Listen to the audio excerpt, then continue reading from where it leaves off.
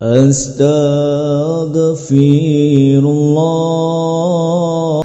Bismillahirrahmanirrahim. Assalamualaikum warahmatullahi wabarakatuh. Alhamdulillah, alhamdulillahilladzi bi ni'matihi tatimmus shalihat. Alhamdulillah, alhamdulillahilladzi hadana lil Islam.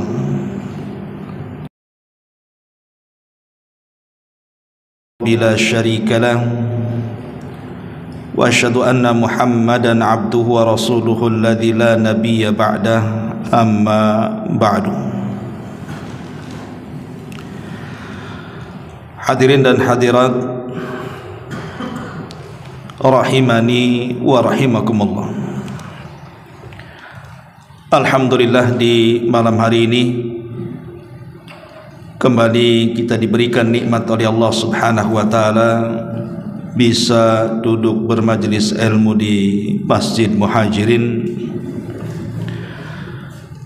Tak lupa salawat dan juga salam kita hadiahkan kepada Rasul kita Nabi besar Muhammad sallallahu alaihi wa ala alihi wasallam. Pembahasan di malam hari ini salah satu daripada pembahasan akidah,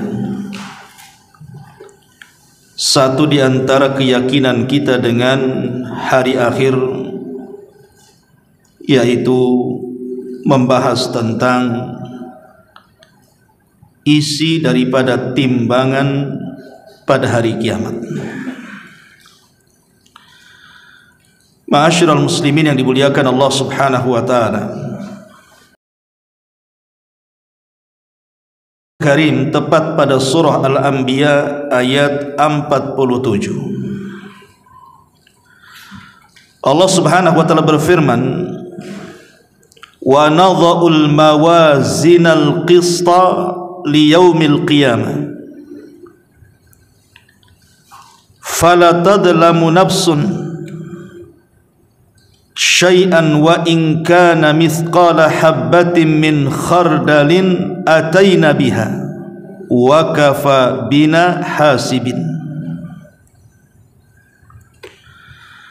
Wa nadha'ul mawazinal qista liyaumil qiyamah, kami akan memasang timbangan yang tepat pada hari kiamat. Fala tudlam nafsun syai'a, maka tidaklah dirugikan seseorang barang sedikit pun pada hari itu. Wa in kana mithqala habbatin min khardalin, jika amalan itu hanya seberat biji sawi, ataina biha, pasti kami akan mendatangkan pahalanya. Wa kafa bina hasibin, dan cukuplah kami sebagai pembuat perhitungan, kata Allah. Di dalam ayat ini Allah Subhanahu wa taala menjelaskan tentang keyakinan kita pada hari kiamat, tentang adanya timbangan. Al-Imam Al-Qurtubi dalam tafsirnya mengatakan bahwa terjadinya timbangan pada hari kiamat itu setelah hisab.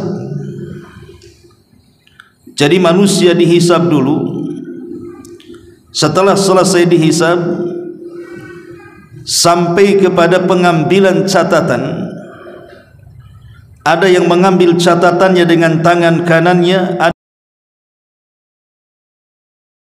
dengan tangan kiri di balik punggungnya.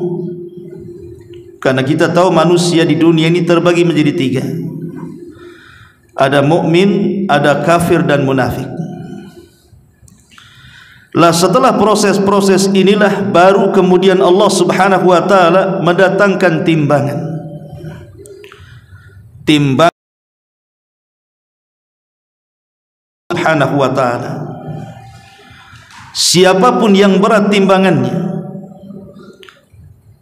di mana isinya penuh dengan amal kebaikan, maka dia akan mendapatkan kehidupan setelahnya yang baik.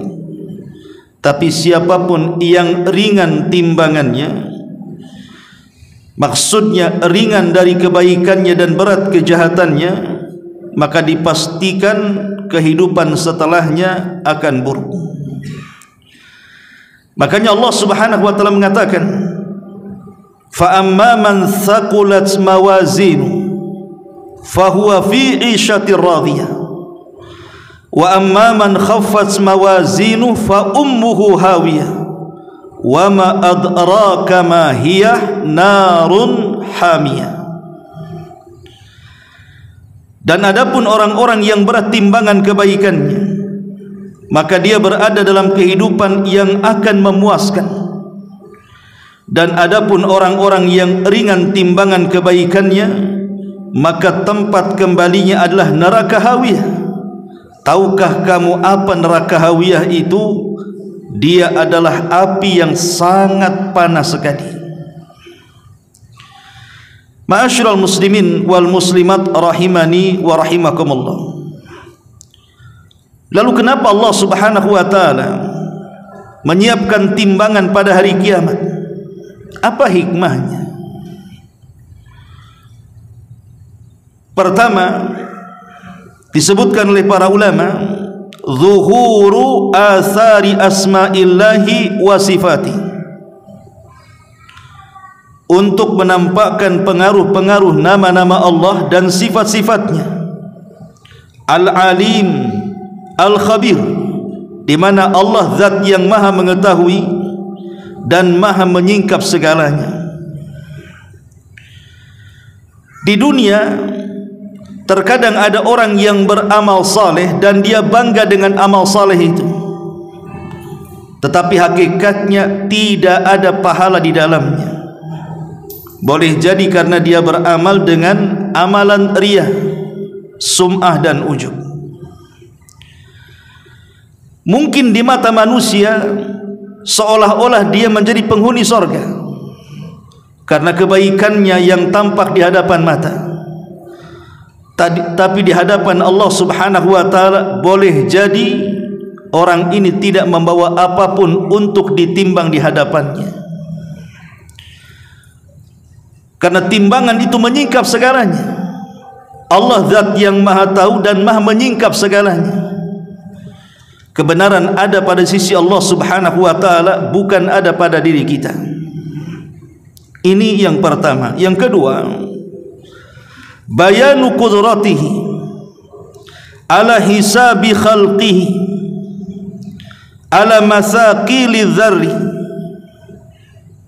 menjelaskan tentang kuasa Allah Subhanahu wa taala atas hamba-hambanya, di mana Allah berkuasa untuk menghisab sampai kepada amalan yang terkecil yang dilakukan hamba-hambanya. Karena sekecil apapun amal saleh tetap ada berat pahalanya. Sebagaimana sekecil apapun perbuatan jahat tetap ada amalan dosanya.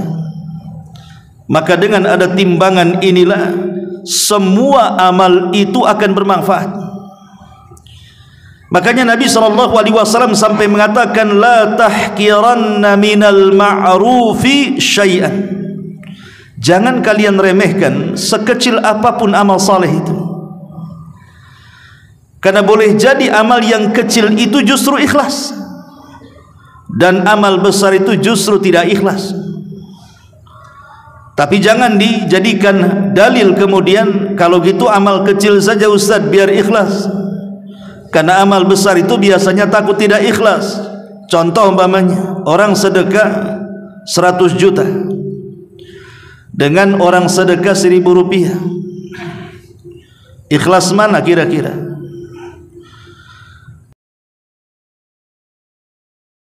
Akan diceritakan ke orang, bahkan sudah lupa kotak infak mana yang dimasukkannya. Tapi kalau orang infak 100 juta pasti akan dikenang dan dibicarakan.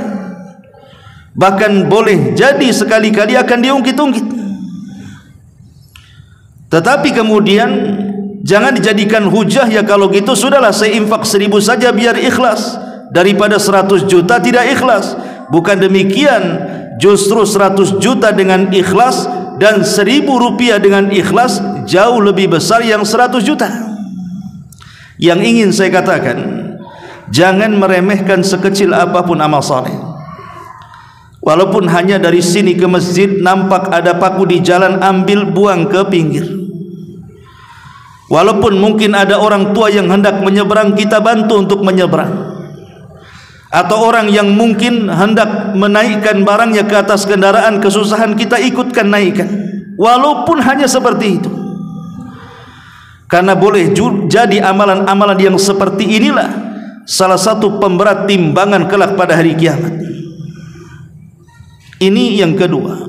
Yang ketiga, izharun annahu la tusawi bainal muhsini wal musi. Dengan adanya timbangan supaya dibedakan mana orang-orang yang ketika di dunia itu banyak berlaku baik dan mana ketika di dunia itu banyak berlaku salah. Jadi orang-orang yang beriman dengan orang kafir, orang yang taat dengan ahli maksiat, orang-orang yang baik dengan orang-orang yang jahat itu dengan adanya timbangan terbedakan tuh. Di mana orang baik nampak timbangannya berat, di mana orang jahat tampak timbangannya ringan. Maka timbangan inilah yang membedakan mana orang baik dan mana orang yang tidak baik. Ini yang ketiga. Kemudian yang keempat, farhatul mu'mini wa hizyul kafiri. Dengan adanya timbangan ini bisa membahagiakan orang-orang yang beriman dan bisa membuat hina orang-orang yang kafir. Terkadang ada orang-orang yang beriman di dunia, mereka ditertawakan oleh orang-orang kafir. Boleh jadi karena kefakirannya, karena kehinaannya, karena ketidakmampuannya, karena kerendahannya. Tetapi kelak di akhirat, orang yang dulu di dunia mentertawakan orang-orang yang beriman, maka kebalikan orang-orang yang beriman akan mentertawakan mereka. Dengan adanya timbangan itu, nanti pada hari kiamat akan terbedakan siapa yang bahagia dan siapa yang tidak bahagia. Kemudian yang kelima, iqamatul mawazin fiha iqamatul hukum. Itu Allah Subhanahu wa taala hendak menegakkan hujjah, menegakkan hujahnya kepada manusia saat di dunia. Boleh jadi ketika di dunia itu Allah Subhanahu wa taala sudah banyak peringatkan kita, diutusnya nabi, macam aturan dan undang-undang Quran sudah dijelaskannya lewat para utusan, setelahnya para ulama yang mewarisi mereka semuanya. Tapi ada orang-orang yang tidak mengindahkan itu, padahal hujah sudah sampai. Maka dengan ada timbangan Allah hendak menegakkan hujahnya, siapa di dunia yang mengikuti aturan dan siapa di dunia yang melanggar aturan. Dan yang terakhir tentunya untuk menegakkan keadilan, supaya orang-orang yang zalim di dunia mereka bangga dengan kezalimannya, dan orang-orang yang dizalimi merasa sedih karena merasa orang yang dizalimi. Terkadang ada orang-orang yang dizalimi itu tidak sanggup melawan kepada orang yang menzaliminya. Boleh juga karena dia memiliki kekayaan, memiliki pangkat jabatan atau kepemimpinan, sehingga dia hanya pasrah saja. Dirampas hartanya, dirampas tanahnya, dirampas rumahnya, bahkan dirampas juga jiwanya. Maka dengan adanya timbangan itu Allah hendak menegakkan keadilan. Inilah di antara fungsi kenapa Allah Subhanahu wa taala pada hari kiamat mendatangkan timbangan itu. Ma'asyiral muslimin yang dimuliakan Allah Azza wa Jalla, lalu apa isi timbangan itu? Atau apa yang ditimbang itu? Para ulama mengatakan bahwa yang akan ditimbang itu 3 perkara. Yang pertama badannya, yang kedua amalannya, dan yang ketiga catatannya. Kalau seandainya yang ditimbang itu hanya badannya saja, tentu orang yang gemuk, yang berat timbangan di dunia, dialah yang paling berat timbangan di akhirat. Dan yang paling kurus timbangannya di dunia, maka dia pula yang paling ringan timbangannya di akhirat. Itu kalau yang ditimbang hanya badannya saja. Tapi rupanya bukan hanya sekedar badan, tapi lebih daripada itu juga dibawa amal dan catatannya. Makanya Nabi SAW mengatakan, innahu la ya'tir rajulul azim as-samin yaumal qiyamah la yazinu indallahi janaha ba'udah. Sungguh pada hari kiamat nanti akan dihadapkan seorang laki-laki yang sangat gemuk sekali. Orang yang paling gemuk di dunia akan dihadapkan di hadapan Allah Subhanahu wa taala, kemudian akan dimasukkan ke dalam timbangan. Apa kata Nabi SAW? Tetapi ketika ditimbang di sisi Allah, tidak sampai seberat sayap nyamuk timbangannya. Lalu Nabi SAW membacakan ayat, fala nuqimu lahum yaumal qiyamati wazna, dan kami tidak mengadakan satu penilaian bagi amalan mereka pada hari kiamat kecuali karena amal saleh dan catatan baiknya. Bayangkan orang yang paling gemuk kemudian dimasukkan ke dalam timbangan, rupanya beratnya tidak lebih berat daripada sayap nyamuk, menjadi ringan. Artinya bukan badan yang memberatkan timbangan, hal kebaikan dia. Ma'asyiral muslimin yang dimuliakan Allah Azza wa Jalla, di zaman para sahabat ada seorang sahabat namanya Abdullah ibn Mas'ud radhiyallahu anhu. Abdullah ibn Mas'ud ini di antara sahabat yang paling ceking badannya, kurus kering, tulang hanya dibalut dengan kulit tanpa daging saking kurusnya.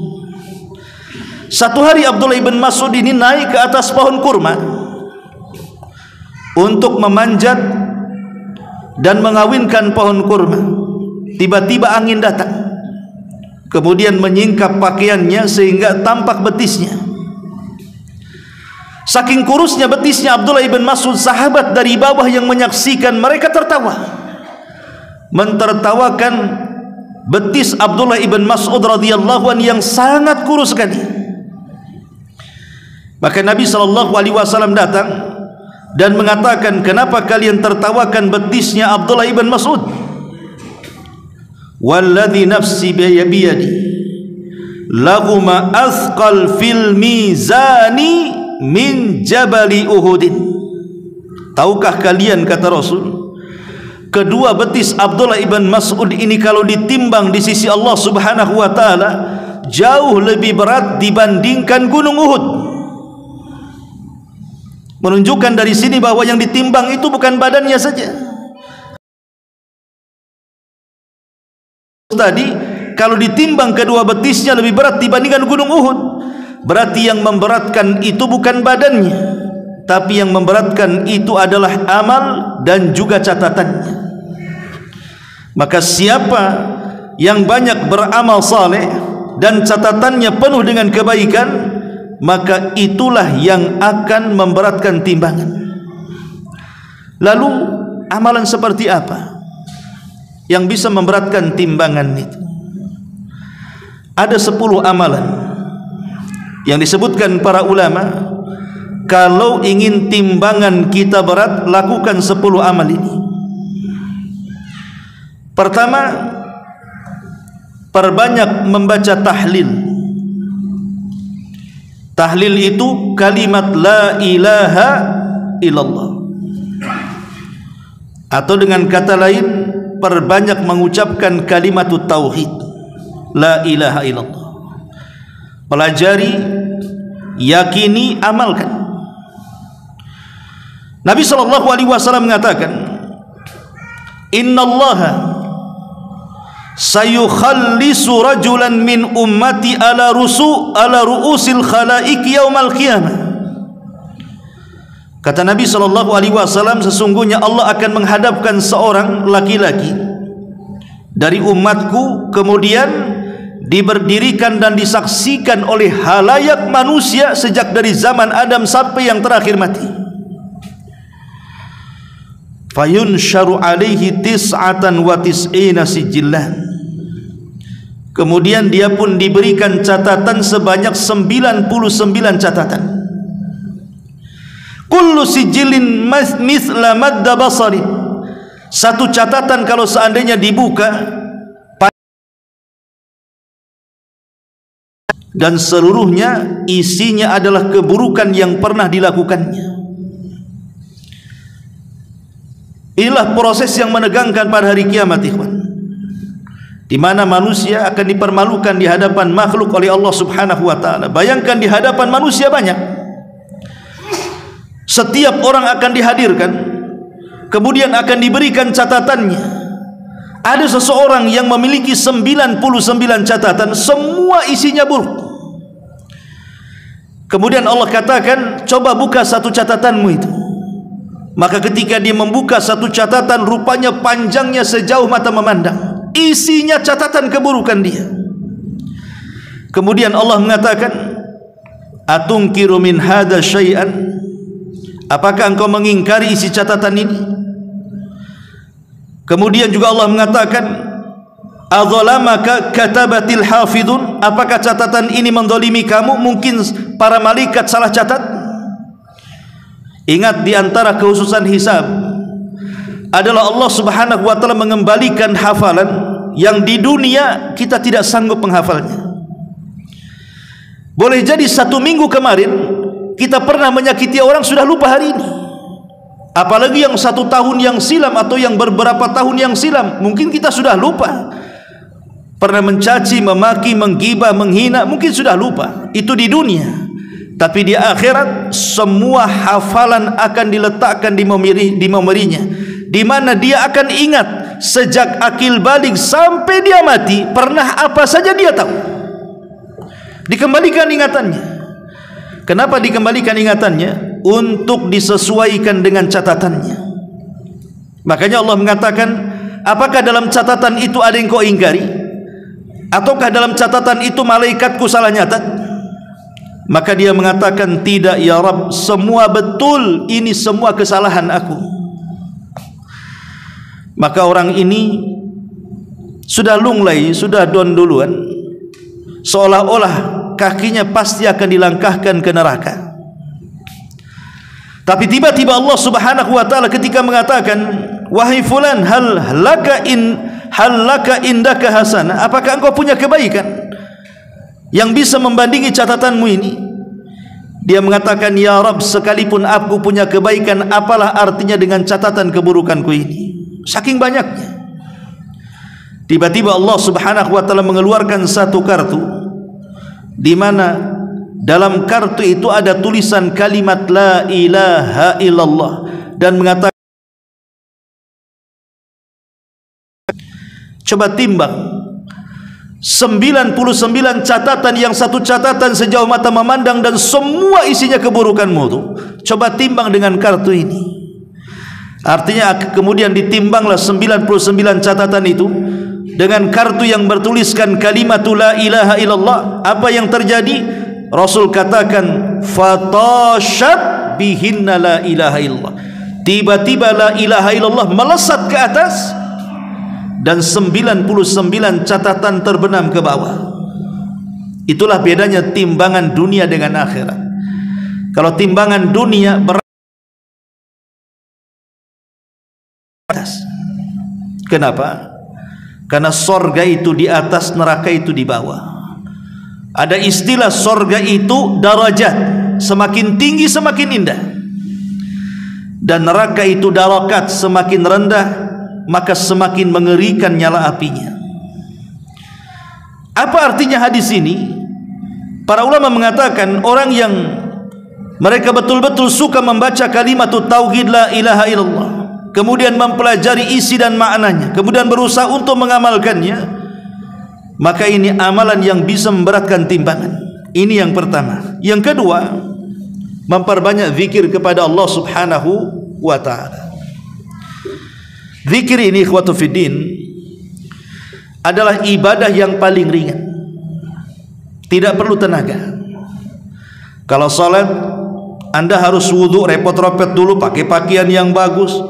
Kemudian bagi laki-laki melangkah ke masjid, nanti nunggu dulu orang azan, orang qomat. Belum lagi kemudian gerakan dari takbiratul ihram sampai salam, ada zikir lagi, kemudian baru pulang. Kalau puasa juga sama, berlapar-lapar, sahur dulu, kemudian menahan lapar, dahaga dan syahwat sampai terbenam matahari.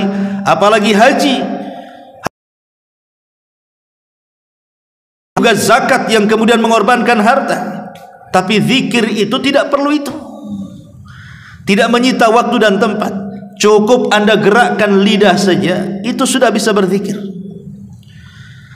Dan satu-satunya ibadah yang bisa dilakukan oleh siapapun, kapanpun, dimanapun.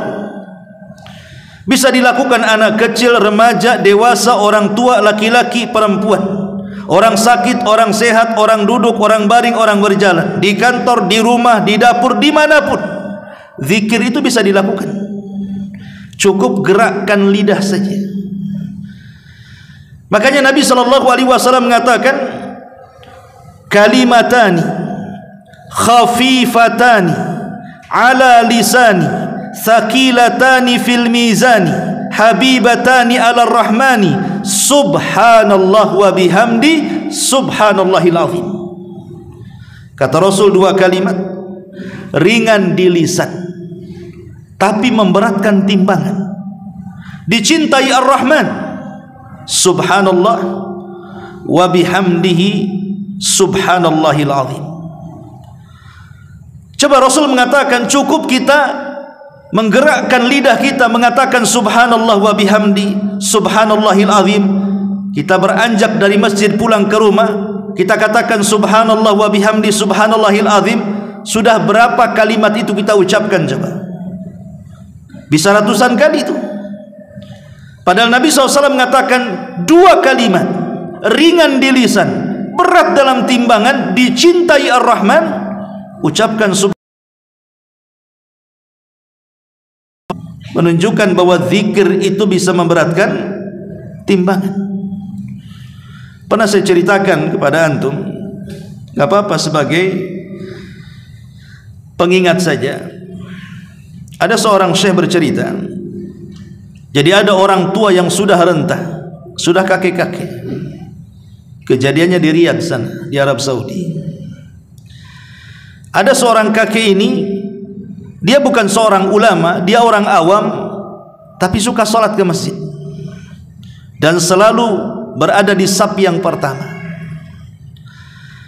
Entah apa yang menggerakkan kakek ini, tiba-tiba setelah sholat wajib dia mendekati imam dan mengatakan, wahai Pak Imam, saya ini sudah tua, bisa enggak kau ajarkan kepadaku beberapa kalimat dari sabda Nabi SAW yang saya akan dakwahkan kepada manusia dan saya akan amalkan sendiri. Imam ini bingung karena belum pernah ada orang yang tiba-tiba datang ke depan setelah sholat dan bertanya. Tapi sang imam ini cerdas, dia ingat hadis yang tadi saya baca. Kata imam mengatakan, oh iya, saya ingat sabda Nabi SAW, tolong hafal wahai kakek, kalimatani khafifatani thaqilatani fil mizani habibatani ala rahmani subhanallah wa bihamdi subhanallahil azim. Dua kalimat ringan di lisan, berat dalam timbangan, dicintai Ar-Rahman subhanallah wa bihamdi subhanallahil azim. Maka kakek ini pun cepat menghafalnya. Keluar dari masjid, sepanjang jalan setiap ketemu orang, setiap ada orang lewat ditahannya. Sebentar wahai fulan, Nabi bersabda, dua kalimat ringan di lisan, berat dalam timbangan, dicintai Ar-Rahman. Jangan lupa kau katakan subhanallah wa bihamdi subhanallahil azim. Setiap ada orang lewat dia katakan seperti itu. Kemudian sampai di rumah dia kumpulkan keluarganya. Kemudian dia mengatakan, wahai keluargaku, Nabi bersabda 2 kalimat, ringan di lisan, berat dalam timbangan, dicintai Ar-Rahman. Jangan lupa ucapkan subhanallah wa bihamdi subhanallahil azim. Dia ke pasar, kemana-mana, setiap ketemu orang dia sampaikan hadis ini. Sampai pada waktunya sang kakek ini kemudian sakit dan koma, beberapa hari di rumah sakit. Anaknya kebingungan dan sedih karena tidak kunjung sadar. Sampai pada waktu tertentu kakek ini tiba-tiba sadar. Keluarganya sangat senang. Tapi yang pertama dipanggil siapa? Dokternya. Dia mengatakan, aina dokter, mana dokter, katanya. Panggilkan dia ke sini. Akhirnya buru-buru dokter pun dipanggil, kemudian datang kepada sang kakek.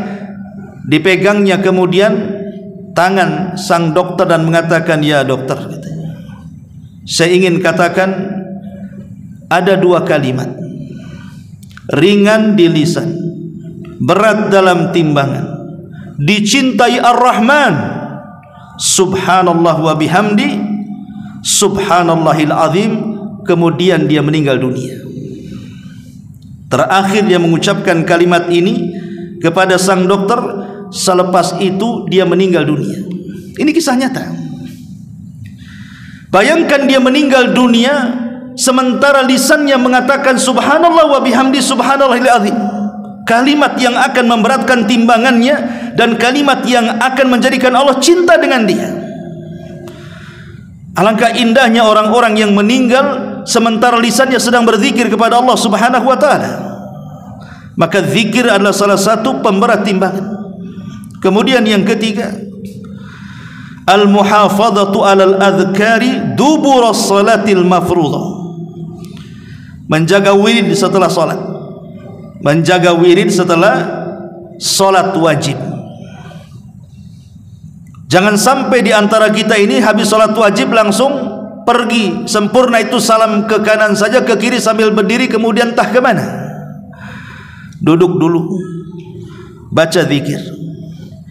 Kata Nabi SAW dalam hadis Abdullah ibn Amr ibn As radhiyallahu an, dari Nabi SAW dia bersabda, khaslatani la yuhafidhu alaihima abdun muslim illa dakhalal jannah huma yasirun wa man ya'mal bihima qalilun yusabbihu fi duburi kulli salatin ashran wa yahmadu ashran wa yukabbiru ashran fadzalika khamsun wa fadzalika khamsuna wa mi'at bil lisani wa alfu wa khamsumi'atin fil mizani wa yukabbiru arba'an wa thalathin idza akhadha maja'ahu wa yahmadu thalathan wa thalathin wa yusabbihu thalathan wa thalathin fadzalika mi'atu bil lisani wa alfu fil mizani. Kata Nabi SAW, ada amalan yang bisa memudahkan orang masuk ke dalam surga. Amalan ini kecil, tidak berat. Kemudian Nabi SAW mengatakan, bertasbihlah setelah sholat wajib 10 kali. Bisa 33 kali, tapi paling tidak 10 kali. Jadi kalau lagi malas ya 10 kali, kalau lagi rajin ya 33 kali kan gitu. Kemudian wa yukabbiru ashran wa yahmadu ashran, kemudian membaca alhamdulillah 10 kali. Lagi malas ya, kalau lagi rajin 33 kali. Kemudian wa yukabbiru ashran, mengatakan Allahu akbar 10 kali. Kalau lagi rajin 33 kali. Fadzalika khamsuna wa mi'atun fil mizan, maka pahalanya dia akan mendapatkan 500.000 pahala di dalam timbangan. 500.000 pahala di dalam timbangan orang yang berzikir setelah sholat. Artinya bahwa berzikir setelah sholat itu bisa memberatkan timbangan. Maka jangan sampai kemudian ditinggalkan. Apalagi istighfar setelah solat itu penting. Kan setelah solat kita membaca astaghfirullahaladzim, astaghfirullahaladzim, astaghfirullahaladzim. Ini jangan sampai ditinggalkan. Kenapa demikian? Barangkali ketika kita solat kita kurang khusyuk. Barangkali ketika solat kita kurang tumanina. Barangkali ketika kita solat mungkin bacaan kita kurang fasih, sehingga akan banyak kekurangan dalam solat. Lah untuk menyempurnakan kekurangan-kekurangan dalam solat itu dengan cara membaca istighfar 3 kali setelah solat. Baru kemudian tasbih, tahlil, tasbih, tahmid, takbir, tahlil. Maka itu juga jangan sampai ditinggalkan, karena ini bisa memberatkan timbangan. Kemudian yang keempat, as-sabru wal ihtisabu ala fuqdanil waladis salih. Sabar, mengharap pahala atas kematian seorang anak yang baik. Kematian keluarga itu memang musibah, ikhwan. Pamannya di antara kita orang tua kita meninggal, tentu ini sangat musibah. Siapa yang tidak sedih orang tuanya meninggal? Kemudian pasangan kita meninggal, siapa yang tidak sedih? Apalagi pasangan itu dicintainya. Tapi sesedih-sedihnya ditinggal orang tuanya, sesedih-sedihnya ditinggal pasangan, tidak lebih sedih dibandingkan ditinggal anaknya. Karena bagaimanapun anak itu si jantung hati, belahan jiwa, penerus sejarah, penyambung cerita. Itulah anak. Kalau anak sudah meninggal itu, jangankan sekelas kita, Nabi SAW saja bisa menangis. Saat meninggal Ibrahim, putra beliau sudah sepuh, putra daripada budaknya Maria Al-Qibtiyah, usianya setahun 8 bulan, meninggal dunia. Padahal itu anak yang digadang-gadangkan bisa hidup tumbuh dewasa. Tapi apalah takdir berkata lain. Sebelumnya putra beliau Qasim meninggal di waktu bayi, Abdullah meninggal di waktu bayi. Harapannya kepada Ibrahim bisa besar, tapi di usia setahun 8 bulan dia meninggal. Tentu ada hikmah. Kenapa Rasul tidak diizinkan oleh Allah anak-anaknya tumbuh dewasa? Maksudnya dari kalangan laki-laki. Kalau perempuan kan banyak yang dewasa dan menikah. Zainab menikah, Ummu Kulthum menikah, Fatimah menikah. Tapi semua anak laki-lakinya meninggal di waktu bayi. Apa hikmahnya coba? Karena biasanya seorang nabi kalau punya anak, kemudian anaknya tumbuh dewasa, maka dia akan jadi nabi. Ibrahim punya anak Ishak, Ishak jadi nabi. Ishak punya anak Yakub jadi nabi. Daud punya anak Sulaiman jadi nabi. Umumnya para nabi itu kalau punya anak laki-laki kemudian besar dan dewasa, maka dia akan mewariskan kenabiannya. Sementara Nabi SAW mengatakan sendiri, la nabiyya ba'di, tidak ada nabi sepeninggalku. Kalau seandainya kemudian anak nabi yang laki-laki tumbuh dewasa kemudian ada jadi nabi, lalu apa perkataan la nabiyya ba'di, tidak ada nabi sepeninggalku? Itulah diantara hikmahnya kenapa anak-anak laki-laki Rasul tidak tumbuh dewasa. Karena umumnya seorang nabi kalau punya anak jadi nabi. Sementara tidak ada nabi akhirul zaman kecuali hanya nabi kita Muhammad SAW. Tapi yang ingin saya katakan bahwa saat Nabi SAW kehilangan Ibrahim itu sedihnya luar biasa, sampai dia menangis 3 hari. Sampai Abdurrahman ibn Auf, seorang sahabat yang dekat dengan Rasul, datang menghibur Rasul dan mengatakan, ya Rasulullah, bukankah kau yang mengatakan tidak boleh menangis saat keluarga kita ada yang meninggal? Kata Nabi SAW, ya Abdurrahman, ini bukan tangisan ratapan, ini tangisan rahmat kasih sayang wajar. Karena bagaimanapun yang namanya mata ini bisa mengeluarkan air mata, yang namanya dada saat mendengar kematian orang dicintai itu bisa sesak.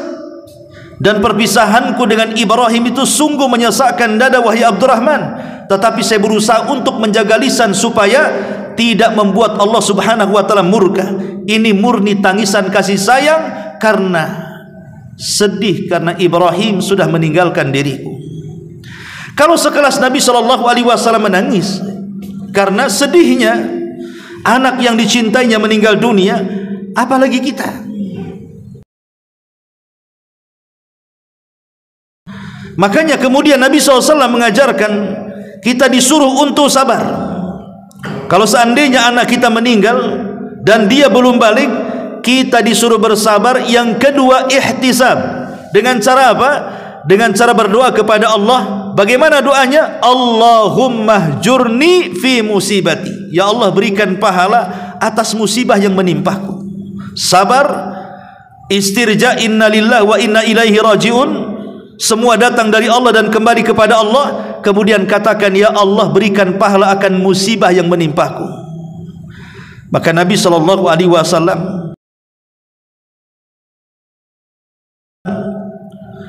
dari Maula Rasulullah SAW, Rasul pernah mengatakan, bakhin khamsun ma athqalahunna fil mizani la ilaha illallah wallahu akbar wa subhanallah walhamdulillah wal waladus salihu yutawaffa fayahtasibuhu walidahu. Kata Nabi SAW, beruntunglah timbangan kalian akan berat karena 5 perkara. Pertama, ucapan la ilaha illallah. Yang kedua, ucapan Allahu Akbar. Yang ketiga, ucapan subhanallah. Yang kelima, ucapan alhamdulillah. Yang keempat, ucapan alhamdulillah. Dan yang kelima, anak yang soleh yang meninggal dunia, maka orang tuanya berharap pahala karena musibah yang menimpanya. Itu bisa memberatkan timbangan. Ma'asyiral muslimin yang dimuliakan Allah Azza wa Jalla. Kemudian yang kelima, makarimul akhlak. Jelas, akhlak yang baik. Kata Nabi SAW, ma min syai'in athqalu fil mizan min husnil khuluqi. Tidak ada sesuatu yang lebih memberatkan timbangan dibandingkan akhlak yang baik. Para ulama mengatakan akhlak 3 bagian dalam badan kita. Pertama dari leher ke atas, kemudian dari kepala ke kaki, dan yang ketiga kedua belah tangan. Inilah akhlak manusia tercermin dalam 3 bagian badan. Pertama, leher ke atas, kata ulama.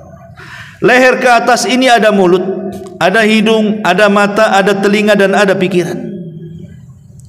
Kalau kita berusaha memandang dengan mata kita, tidak memandang sepandang-pandangnya, tidak mendengar sedengar-dengarnya, tidak bicara seomong-omongnya, tidak berfikir sekehendaknya, tapi dia jaga matanya, dia jaga lisannya, dia jaga pendengarannya, dia jaga hidungnya, tidak mengeluarkan kata-kata kecuali yang santun. Dia pun tersenyum kepada saudaranya, tidak suka melotot, tidak mendengarkan ghibah, dan begitu seterusnya.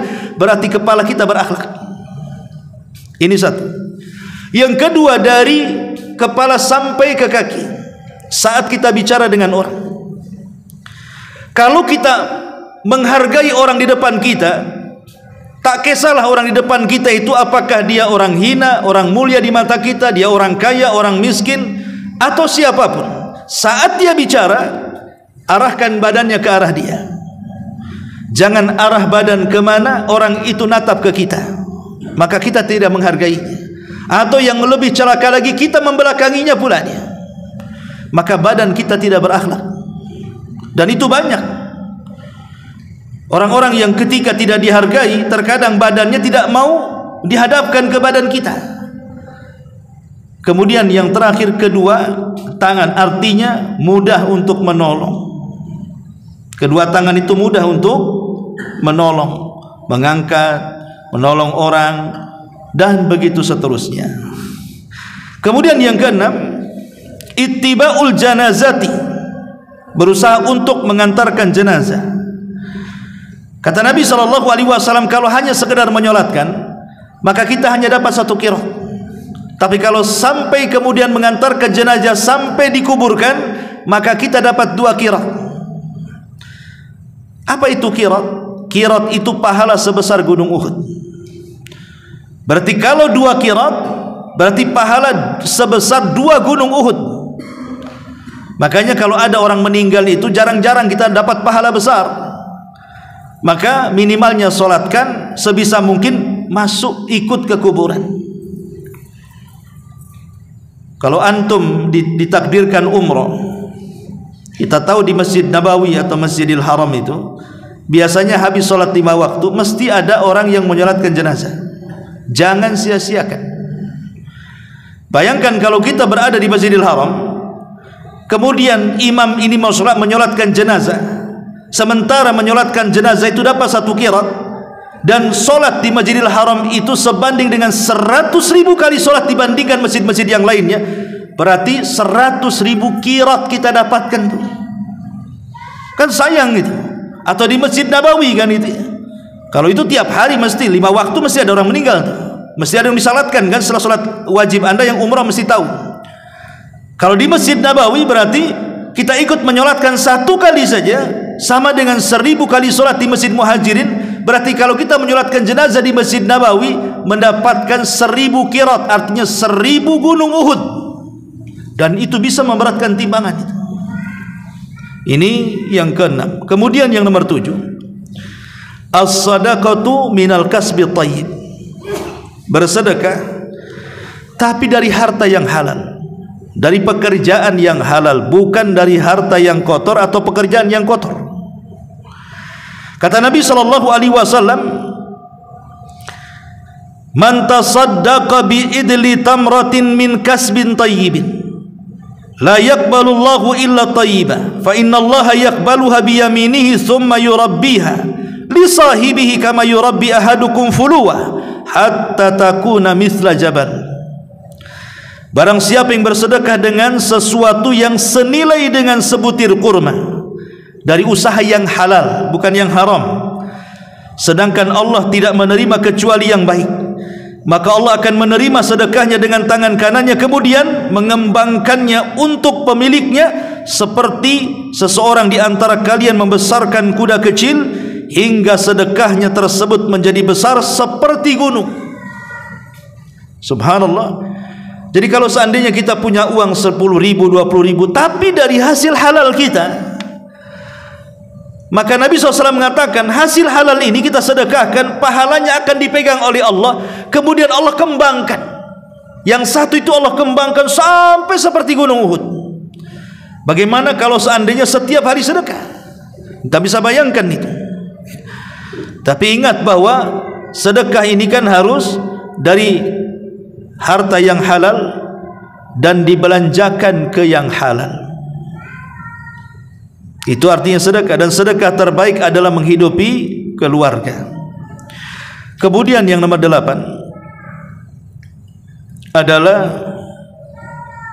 melaksanakan salat berjamaah. Nabi mengatakan salatul rajuli fil jama'ati tudha'afu ala salatihi fi baiti wa fi suqihi 25 dhifa wa fi riwayatin bi 27 darajatan.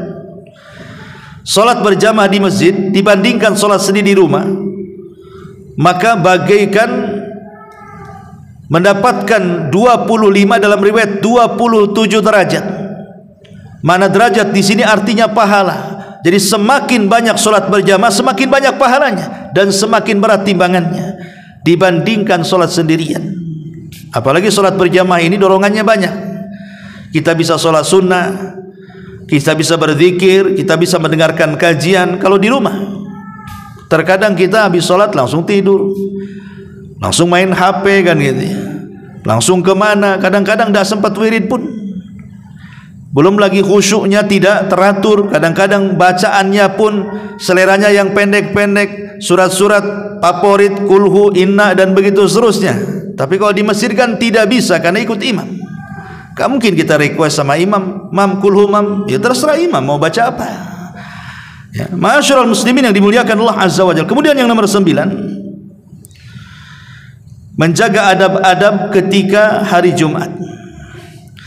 Kata Nabi SAW, man igtasala yaumal jum'ah wa ghassala wa bakkara wa btakara wa dana wastama wa ansata kana lahu bi kulli khutwatin yakhuttuha ajru hasanatin siyamuha wa qiyamuha. Siapa yang mandi di hari Jumat, dari rumahnya dia sudah mandi, Setelah sampai di masjid, dia mendekat kepada khatib, dia dengarkan dengan seksama, dan dia pun tidak bicara. Maka setiap langkahnya dia akan mendapatkan satu pahala yang nilainya sama dengan puasa setahun dan solat malam setahun. Bayangkan, siapa yang bisa selama setahun solat malam, atau setiap hari selama setahun puasa? Tapi cukup kita langkahkan kaki pagi-pagi di hari Jumat ke masjid, dan dia berada di saf yang pertama karena dekat dengan khatib, maka seolah-olah dia mendapatkan pahala segudang, dan itu bisa memberatkan timbangan itu.